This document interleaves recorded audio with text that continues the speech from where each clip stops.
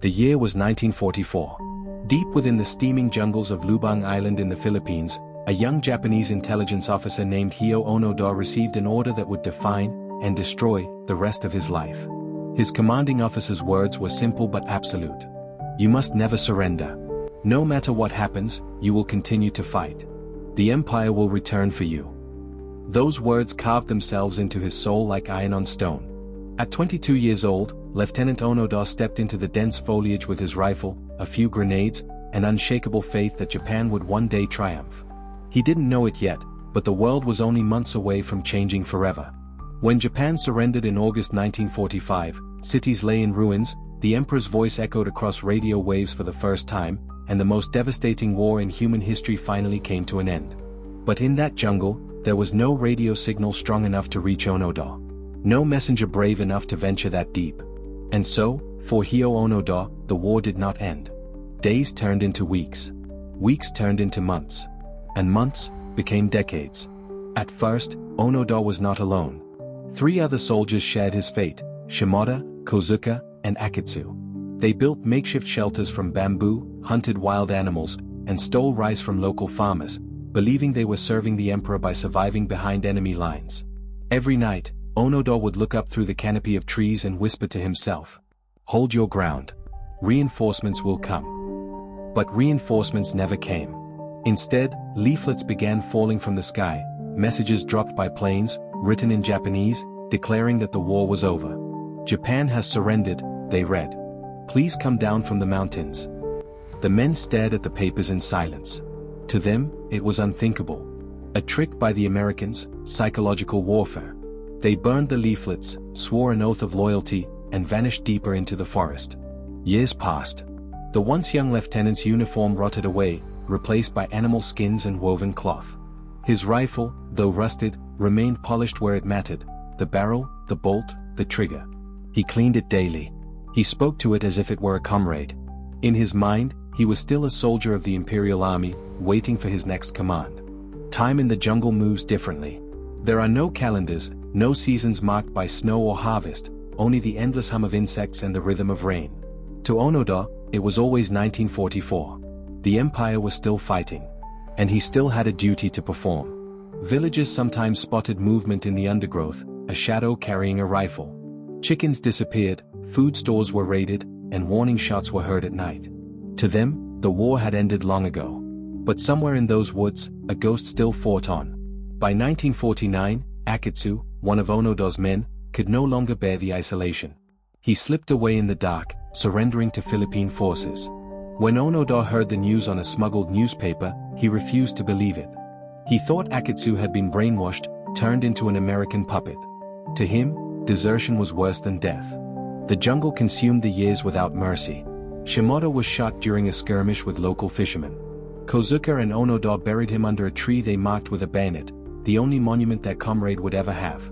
The 2 remaining men continued their mission, burning rice fields, cutting supply lines, ambushing what they believed were enemy patrols.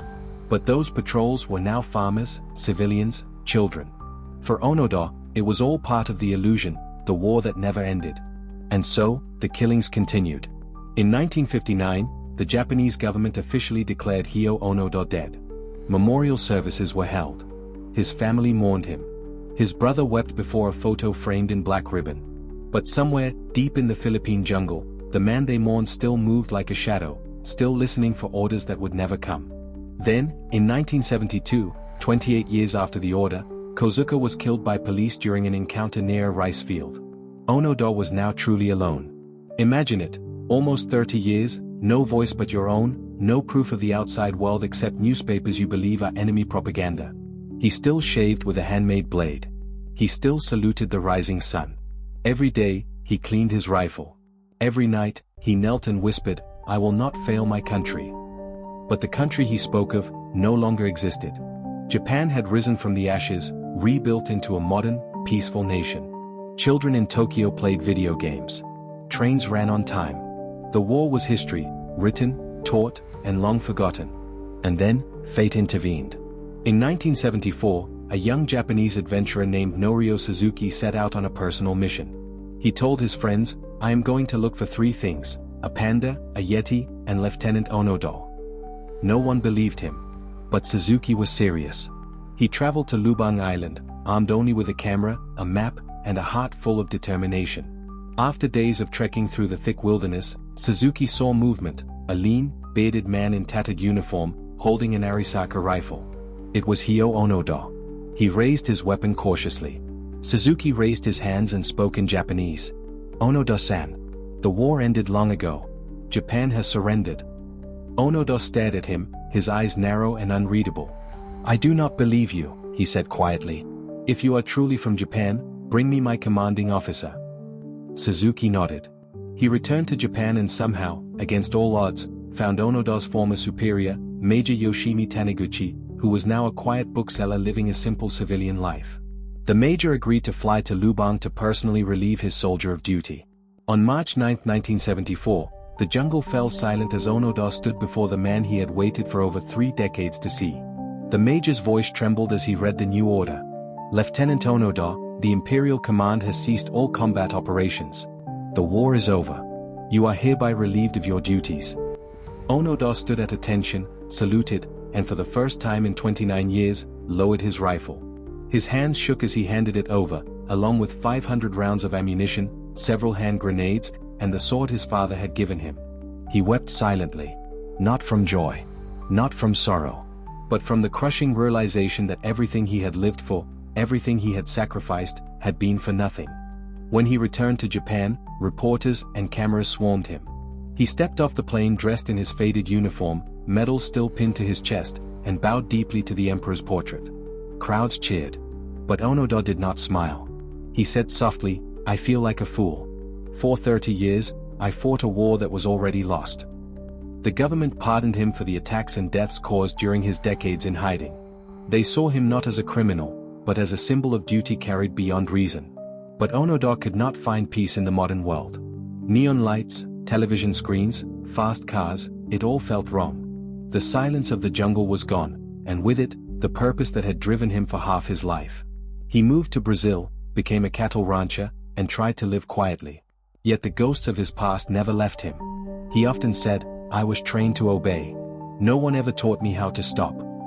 Decades later, he returned to Japan to open a school, not to teach war, but to teach survival, discipline, and endurance to a new generation.